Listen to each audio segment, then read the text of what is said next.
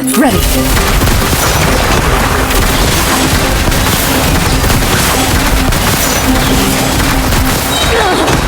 Enough!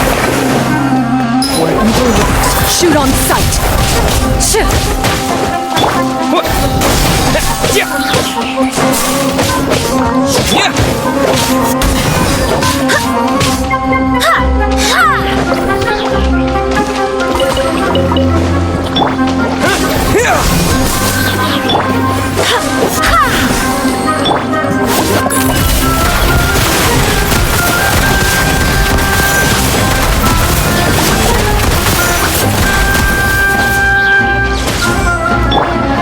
Scatter!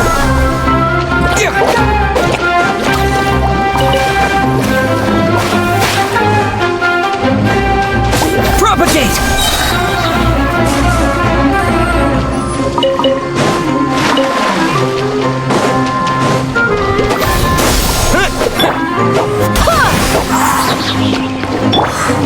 Spring forth! Loaded.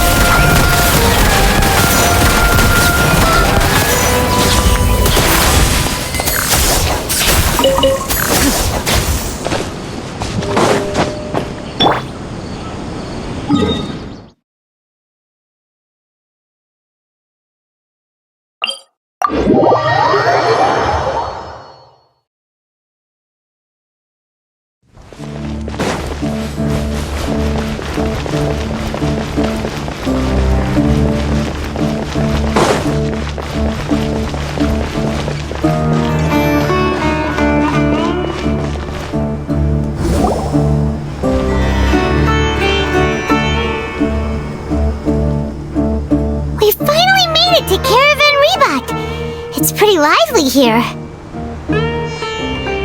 So, just past this wall is the desert, huh? Oh, wow. Paimon remembers hearing people call this the Wall of Samiel. It's made to block sandstorms from the outside. Oh, if it's this tall, it's gotta be the divine work of Greater Lord Rukkhadevata, right? Enough gawking. Come on, follow me. Huh? Over here.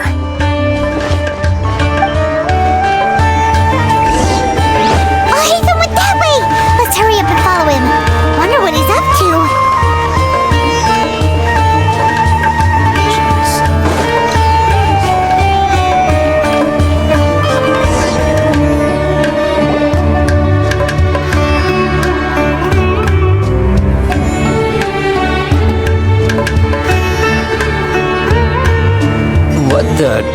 Where did he go? How did we lose them? They were just here a second ago. More Eremite mercenaries? Who are they working for this time? Anyway, Traveler, it seems like we were being followed again. You were too careless. You should have noticed those hopeless amateurs trailing you a long time ago. There's no need to thank me. I've never cared to keep track of personal favors. All I did was correct a mistake I happened to come across. It's a habit I developed at the academia. You really gave Paimon a scare, Al-Haytham. We never thought we'd run into you here. Last time we met at Port Ormos, didn't you say you were going back to the academia? Wait, don't tell Paimon that you're here to take us back on their orders! Oh, so you've already landed yourselves on the academia's hit list. I can't say that I didn't expect it. However, had I wished to turn you over to the academia, don't you think you'd already be the Eremites' honored guests by now? Oh, right. You do have a point. I have no interest in running errands for that project.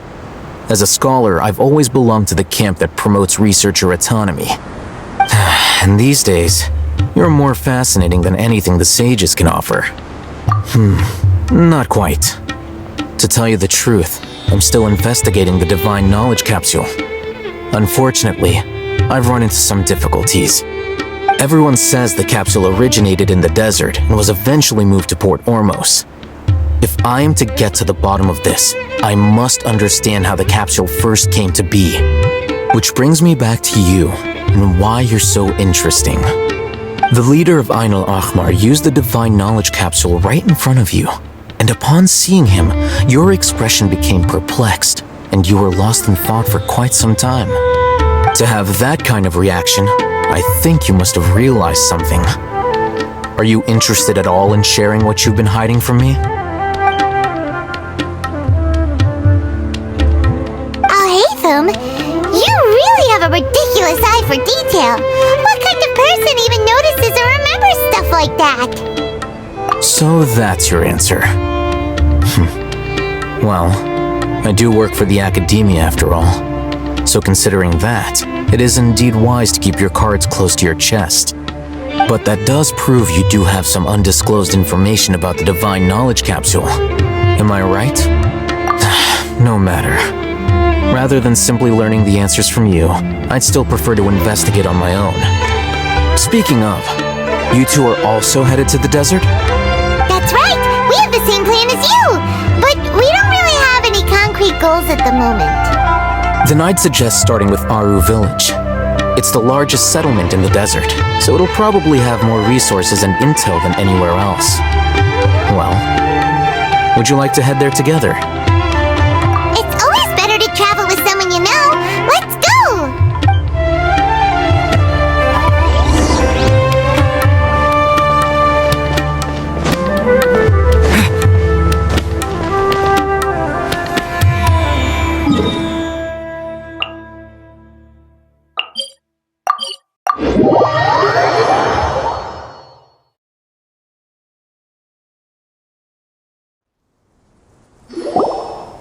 Before us lies Aru Village, the safe haven of the desert folk. Whoa, this landscape is really something else. What a cool place! Let's go check it out!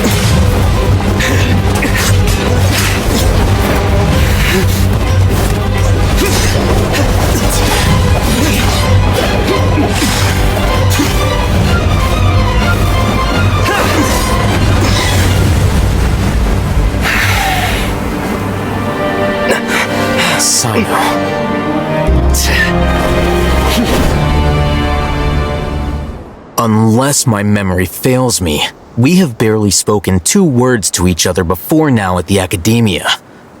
Would you care to enlighten me as to when and how I invited the General Mahamatra's wrath? Alhaitham, do not think you can escape my judgment just because you managed to escape my attack. Judgment? So that's how you'd characterize your actions here, is it? Or would elimination perhaps be a more accurate description? Had I used my full strength, not even this traveler would have been able to stop me.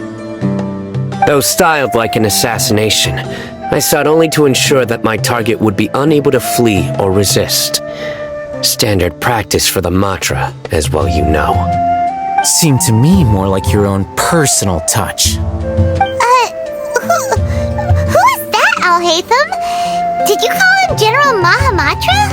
Yes. General Mahamatra Sino, head of all the Matra at the Academia. He's a formidable hunter, and the ultimate nightmare for any who have committed academic crimes. You seem to have placed a lot of trust in Alhaitham, to the point of blocking an attack for him. If I were you, I'd never choose to side with him. I wouldn't believe a single word that comes out of his mouth.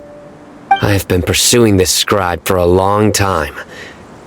I urge you, stand back and do not seek to defend him any longer. Otherwise, there will be consequences. Has Alhaitham done something wrong? Paimon doesn't think he's as bad as you've made him out to be.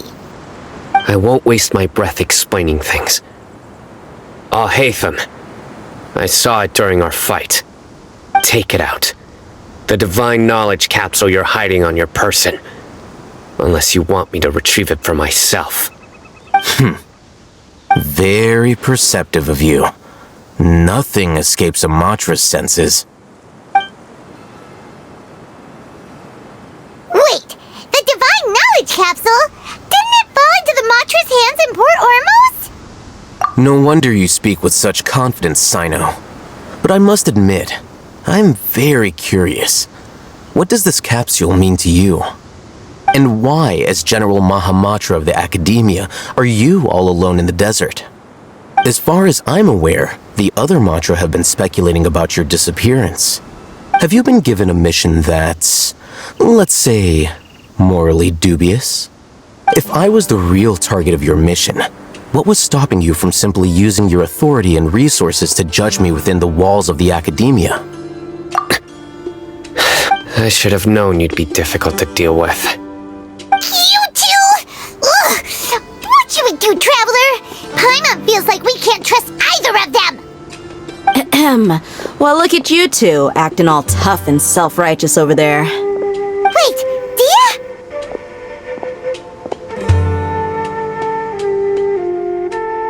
Great! Finally, someone that we can trust!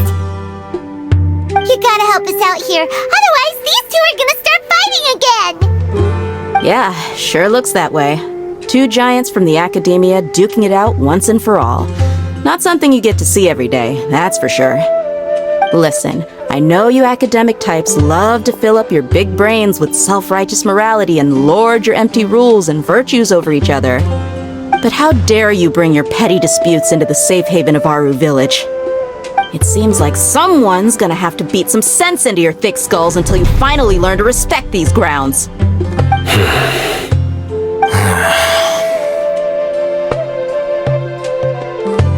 Hey, did either of you hear a word I just said?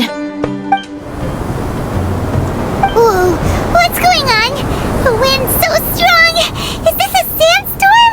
Paimon's gonna get blown away! Another sandstorm? What's up with these recently? Hey! All of you, over here, quickly! We have to take cover! Someone's calling for us! Oh, this wind is too strong! Let's get over there! That sounded like Candace. Come on, you two! Jeez, are all of you Academia folks such hard work? Move it! All right, stop yelling.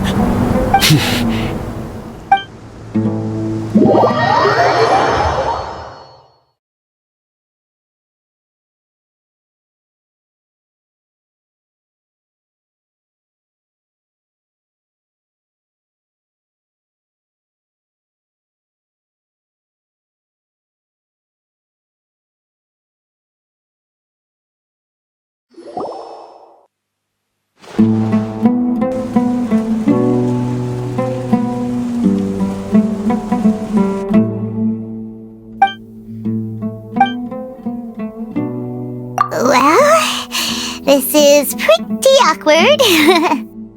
Hey, wanna play sardines with three people who wanna tear each other limb from limb? Sure, why not? Sounds fun. The air is so thick and heavy. Paimon can hardly keep floating anymore.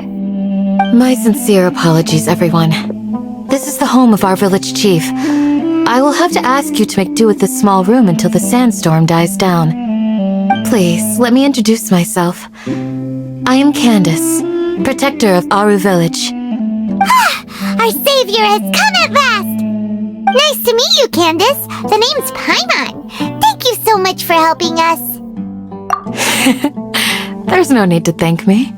It's only right to help each other when the weather gets rough. Wow, she's so gentle and caring, like a nice older sister. Unlike those guys over there.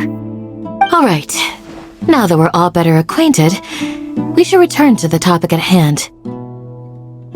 As a guardian charged with the responsibility to protect my fellow villagers from harm, I was observing your conflict from afar, even before the sandstorm started. And now that you have set foot within Aru Village itself, It is all the more my responsibility to make absolutely sure that you pose no threat whatsoever to us. So please, have an honest and sincere conversation with one another and put your hostile feelings to rest. If anyone dares to start anything again while they are under this roof, I will not hesitate to send them out for some quality time with the creatures of the sandstorm. Oh, on second thought, Paimon may have misjudged Candace's character. And that goes for you too, Miss Dia. Do I make myself clear? All right, we got it, Candace. That's what I like to hear. So, which of you will begin? I was supposed to be a mediator, but I might have gotten a little too involved just now. Anyway, one of those two should probably start talking. Wait, that was you trying to be a mediator? I have nothing to hide, so there's no shame in explaining myself. While Al-Haytham wasn't wrong about the other Matra not knowing my whereabouts, it's not because I've been assigned a morally dubious mission. Rather, I've chosen to exile myself. Huh? Exile yourself? A little while ago, I discovered that there was data missing in the Academia's project planning and development files. What little they did report clearly did not match the project's actual progress. As General Mahamatra, I had the responsibility and authority to request an audit. However, to my surprise, the person responsible for the erroneous data was none other than Grand Sage Azar himself. I tried to investigate the issue myself before submitting a formal audit request, but I soon found that all leads and potential pieces of incriminating evidence were carefully concealed from me. I began to realize that they were cautious of me from the very beginning. Unsurprisingly, the Grand Sage rejected my audit request as soon as the submission reached his desk. He even said to me, "The power of the General Mahamatra is granted by the sages. You have no right to judge us." So they really are up to no good. I realized then that to the Grand Sage, the Matra are nothing more than tools for the sages to assert and maintain their control over knowledge. The vows that we took, the principles that we strive to uphold, they are meaningless to the Academia of today. I believed it would be wise to flee the Academia before the sages had a chance to take action against me. This way, they can no longer see nor predict my actions. I will never give up on this investigation. There's no need for someone else to give me power or authority. Once I find the truth, I will administer judgment by my own name. Sino seems to have the same goal as us. We're all investigating the sages.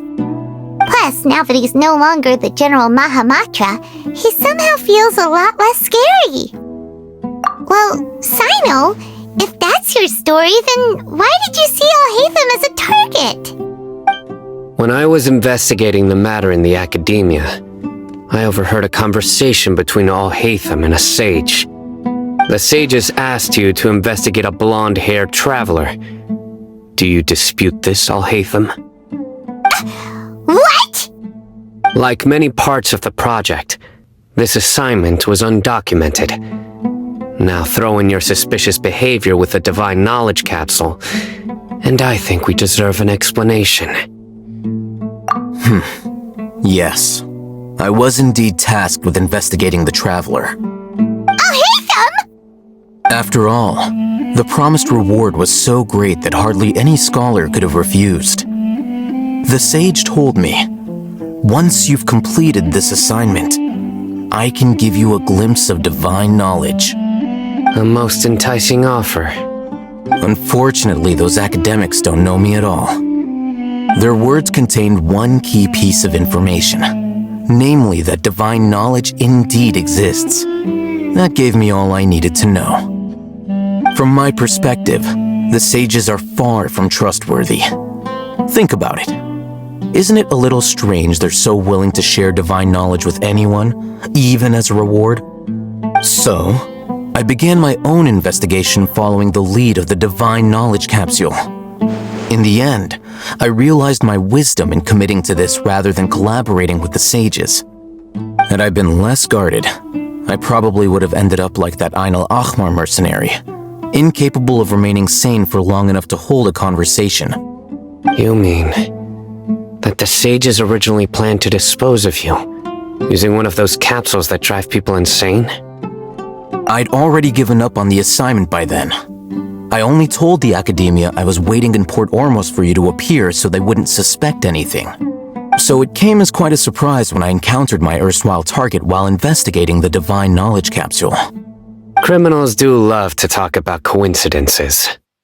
Even though I ran into the Traveler by chance, I had no intention of providing assistance to the Academia. Also, you should remember, you were the ones who decided to follow me and strike up a conversation after I left that tavern. That's true. Al-Haytham helped us out at Caravan Rebat as well. Maybe he's telling the truth. I'm willing to apologize if that's worth anything to you. I took the Divine Knowledge Capsule behind your back because I judged its existence to be a significant risk. I felt that it would be best for no one to interact with it before it had been properly studied. After all, curiosity often proves to be the most dangerous thing in this land. You should be well aware, Scribe Al-Haytham, that curiosity can also lead you to danger and suspicion. Answer me this. Did the sages share any information about their project with you? Have I not made myself clear? You and I are both distrusted by the Academia. Do you really think they would tell me anything? Fine. Although you haven't completely proven your innocence, I won't regard you as an enemy, for now. As you wish. Good. I'm glad to see you two clearing up your misunderstandings. And now you, Dia. I believe it's your turn. Oh, sorry. Whatever the boys were talking about must have been so boring that I spaced out. My situation is pretty straightforward. My employer, Dunyarzad of the Homayani family, is friends with the Traveler and is currently recovering from her illness at home. I had nothing going on, so I decided to return to our village for a visit. I was actually looking forward to a pretty exciting time getting back together with everyone here. But then I saw these two random guys in the middle of a pointless argument. It ticked me off, and things went downhill from there. Is that all? Well, I will admit that definitely sounds like your style. In that case, welcome back, Dia. That's more like it. I missed you all so much, Candace. Whoa! What was that sound? No need to worry. Now that you're no longer at each other's throats, please make yourselves at home. I'll take a quick trip outside to clear out some of those creatures in the sandstorm. Creatures? In the sandstorm? Are you sure you don't want some backup? Fighting in a sandstorm is not for the faint-hearted. Anyone without extensive training in these conditions is at a disadvantage. You needn't worry. Yeah, just leave him to Candace. Don't worry, she's as tough as they come.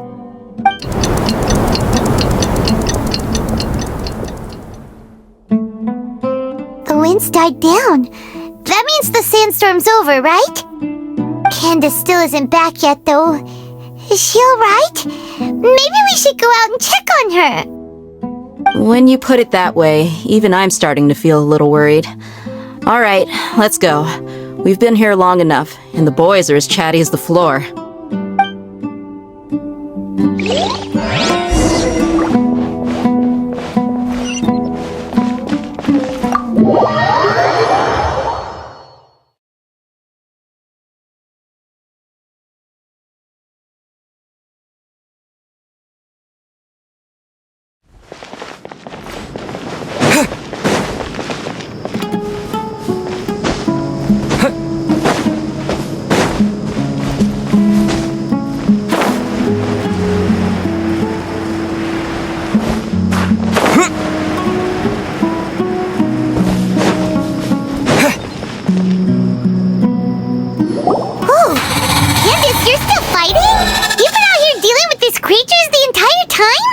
Yes. They just keep coming in waves. I've lost count of how many I've defeated. Before I realized it, even the sandstorm had stopped. Here comes another wave! Leave this round to us. I got interrupted earlier, but now I have something to take my anger out on. It's been quite a while since I've seen the Flame Mane in action. I'll leave these to you then. I'll be sure to put on a good show. Let's go!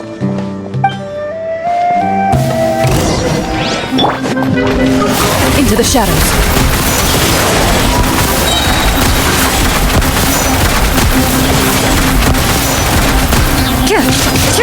Time to testify.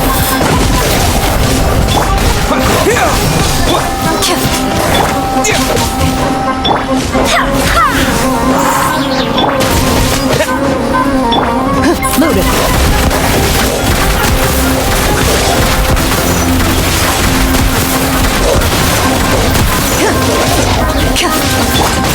Propagate! Wind, hear me.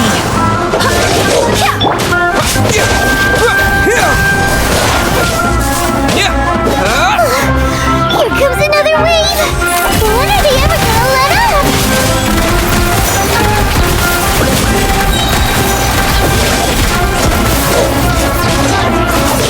Hunt them down.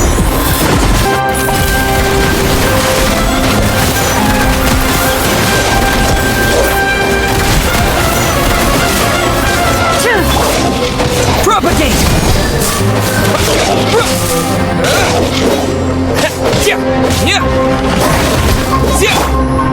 Go as one!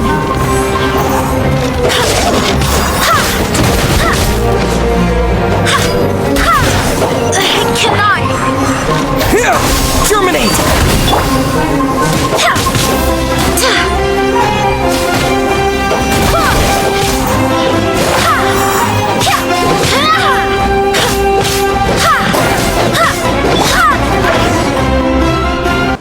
The creature stopped appearing. Was that the last of them? What we fought just now was probably the aftermath of the sandstorm. So we should be safe for the time being. Well fought, everyone. No injuries, I hope. Who are you? Ah, my apologies. I haven't had a chance to greet you yet. I had my hands full taking care of the village's elderly and children. I am the chief of Aru Village. Everyone... Sir, I am also originally from the desert, but I have not been back for some time now.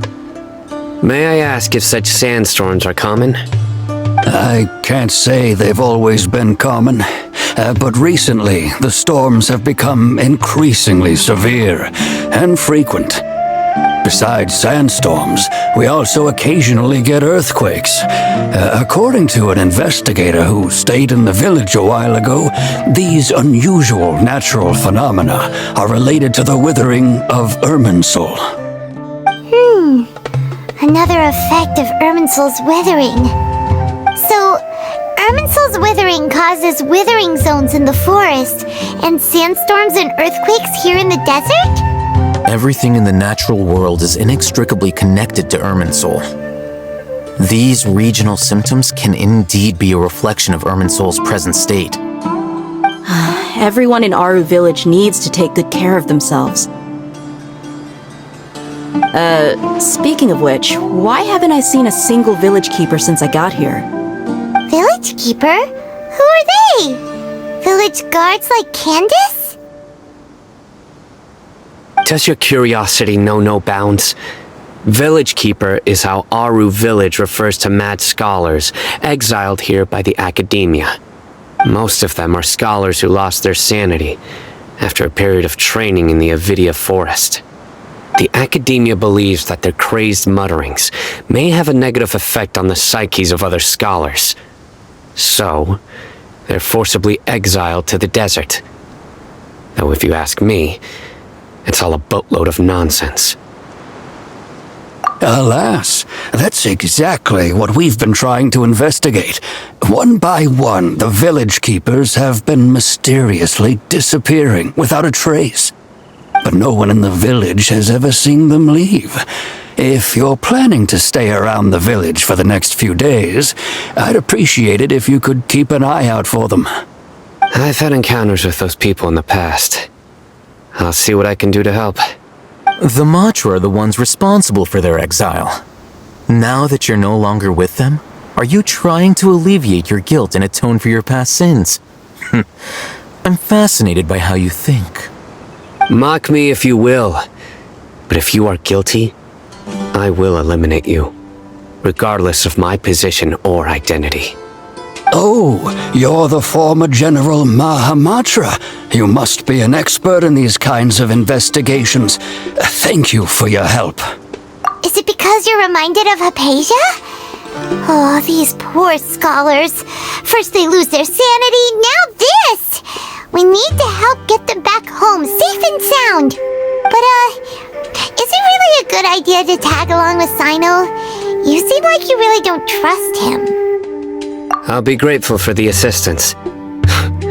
No doubt you will do a better job than some of my former subordinates. Let's start by finding a spot to share what we know so far.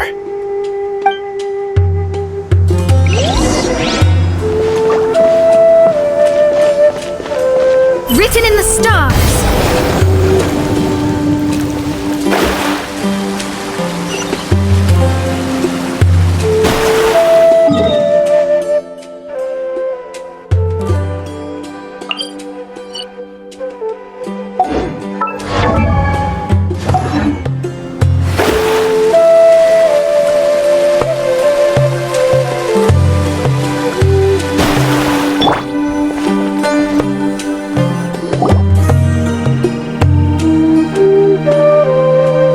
I've sent myself into exile. I'm still doing essentially the same things as before.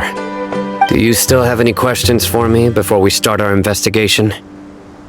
One of my former subordinates told me that this title has its origins in a strange incident. The Academia has long exiled mad scholars to Aru Village. A mysterious phenomenon exists here. When mad scholars first arrive, they are as incoherent and deranged as before. But after spending some time here, they invariably begin to calm down. Initially, the people of Aru Village greatly resented having to take in the mad scholars. But a strange incident one night changed that. Aru Village was struck by the strongest earthquake in living memory.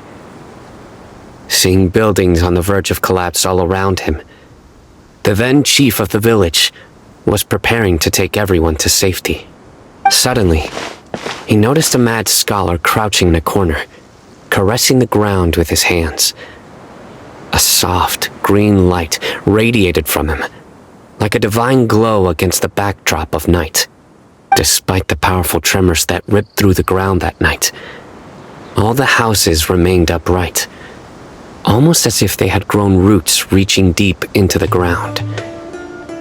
In the end, not a single building collapsed, and no one was hurt.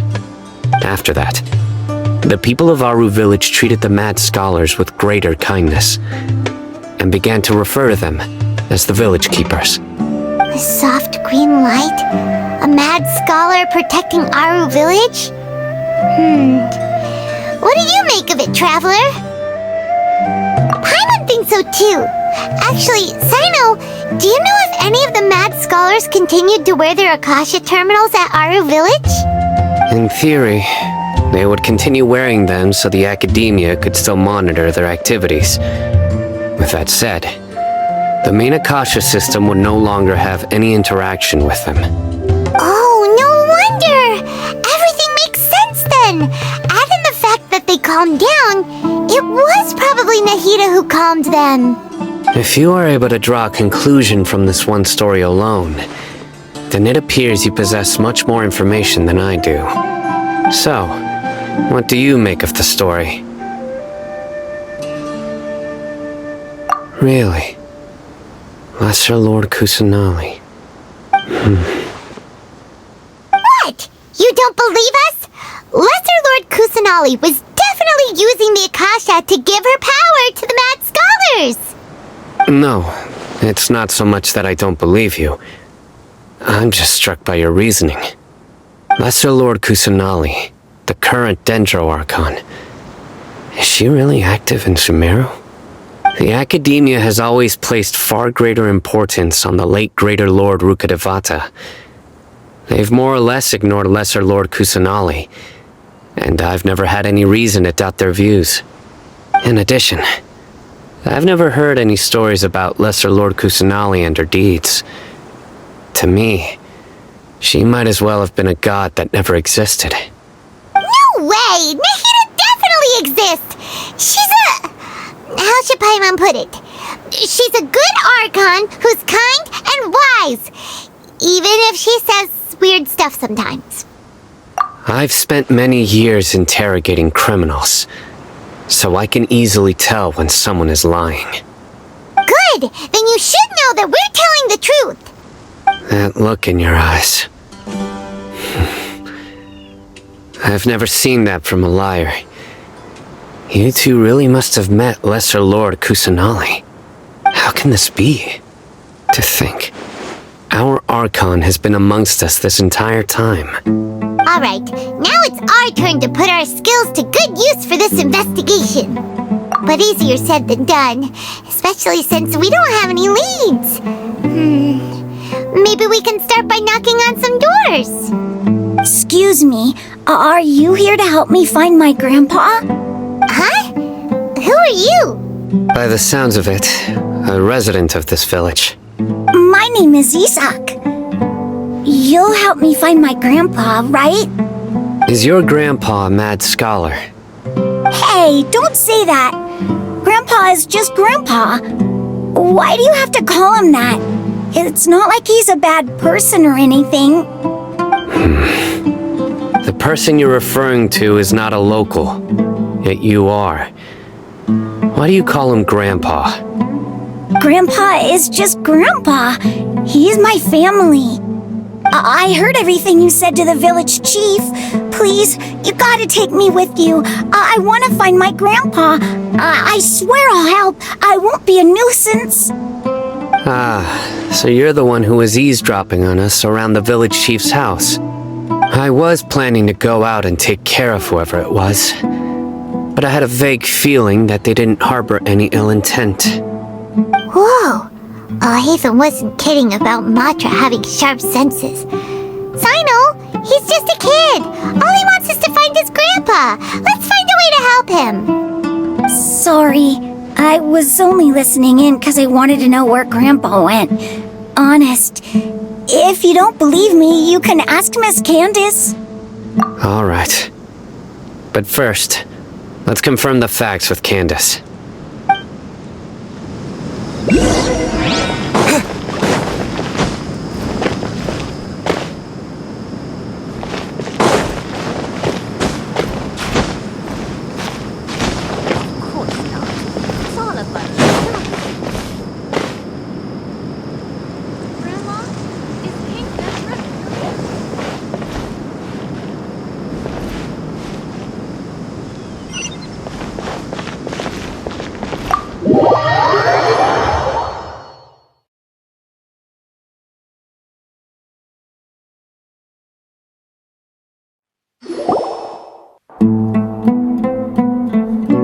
Sino is super vigilant. Is this what all the Matra are like? Ah, you're back already. We just wanted to confirm something with you. Do you know a boy by the name of Isak? I had a feeling he'd go looking for you. Huh? You knew this would happen? Yes. Although he tried his best to stay hidden, I still noticed him eavesdropping outside the window. He really wants to get his grandfather back. Isak's parents were both Aramite mercenaries who rarely returned to the village after finding employment in the city. He was raised by his grandfather. Unfortunately, it was only a few years before his grandpa passed away. Isak was still very young at the time, So various families in the village took turns caring for him so he could survive. Later, an elderly mad scholar arrived at the village. Isak thought the scholar bore a striking resemblance to his grandfather, and thus often spied on the man. However, the scholar was unkempt in appearance and incoherent in speech. Although Isak referred to the man as his grandpa, he was afraid and didn't dare to approach him. One summer night, the oft mumbling and bumbling grandpa suddenly calmed down and seemed to become more lucid. He even noticed Isak hiding in the distance. So Grandpa walked up to Isak and patted him on the head. He even took Isak to the entrance of the village, where he patiently taught the boy the names of the stars and accompanied Isak until he fell asleep. The next morning, Isak woke up and wanted to go find his grandpa again, only to realize his grandpa no longer recognized him. However, even so, Grandpa retained his calm expression. It's said that those who saw the scholar claimed he no longer appeared to be crazy, but appeared to be living in his own world, almost as if he were sleepwalking.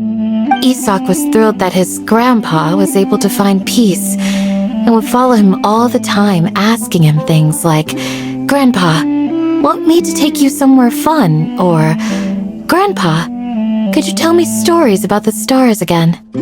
All this somehow just makes Paimon feel really sad. It seems like they both deserve so much better. Perhaps. Nearly everyone who lives in the desert has some form of hardship or regret. But even so, we must still continue on with our lives. It's also my reason for fighting. I must continue to protect this land.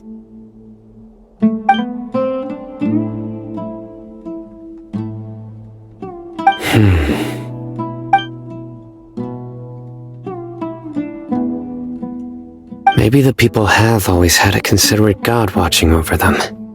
Huh? What did you say, Sino? No, nothing. As long as Isak keeps his word and doesn't get in our way, we can take him along. Perhaps you are more compassionate than I gave you credit for. Please accept my thanks on Isak's behalf, Sino.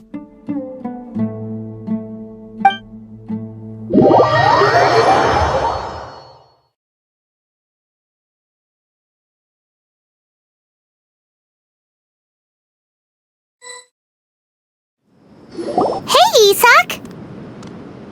Oh, it's you guys! We've cleared everything up. Let's go find your grandpa. Really? Wow!